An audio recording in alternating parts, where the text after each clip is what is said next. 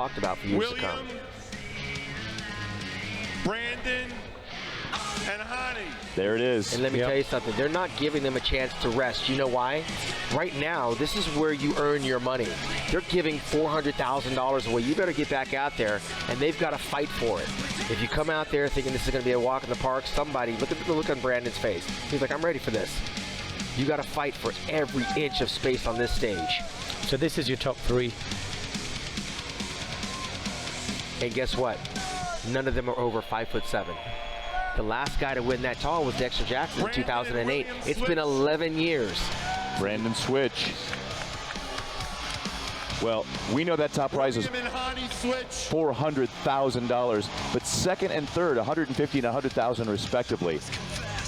Steve Weinberger's playing with us. He's got them all moving around like a magic act, not letting anybody get comfortable in their positioning. I definitely feel that Williams had an injury on his right quad. Well, I can tell you, that didn't slow him down because a year ago he was a little bit watery and he wouldn't have been in this lineup. I believe he was 4th last year, yes? Yeah. Yes.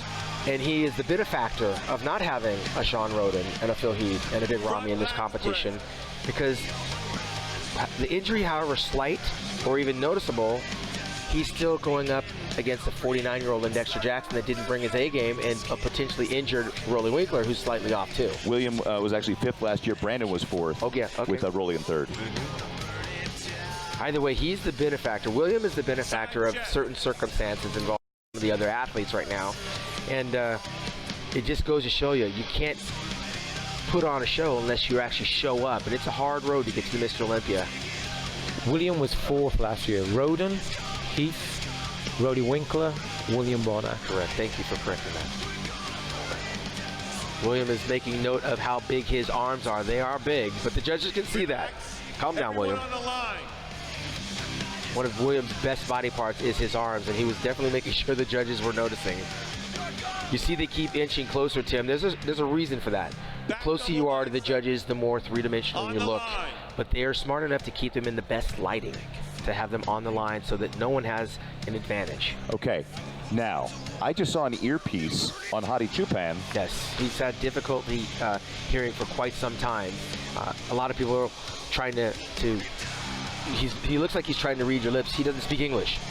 And so what do? We talk louder, thinking he will understand, but he's got a hearing impairment. That's a phenomenal pose for William. Any rear pose, he is unbelievable. And personally, me, I have him winning the rear poses. And you can see that his glutes are very tight, but this is where he loses it. He just doesn't have the width, and that's the genetic thing. Hadi and Brandon are killing him on this lat spread. And they're getting worked. And they should. This is what we paid to see. We want you guys to fight it out. That's why you have to practice, practice, practice. Long before you get here, you'll notice some guys start to shake. It's because they didn't practice the posing. It's the hardest thing to do when you're watching your carbs, when you're doing extra amounts of cardio. You get lightheaded very easy. So you have to do this at home when no one's watching, so that when you get here, it's easy. And Steve knows. He's had put some of the world's best bodybuilders through these poses, so they're trying to buy time, and Steve's like, let's go. And they should. Work for it. There's the vacuum. Oh. Hadi's the only one that can pull off that vacuum. And you'll notice the bodybuilders are posing slower. They're trying to buy some time. I personally feel that Williams made some good changes. I feel he's harder, he's drier. But at the same time, Brandon's made some good improvements. I think Hadi's very similar, which shows consistency.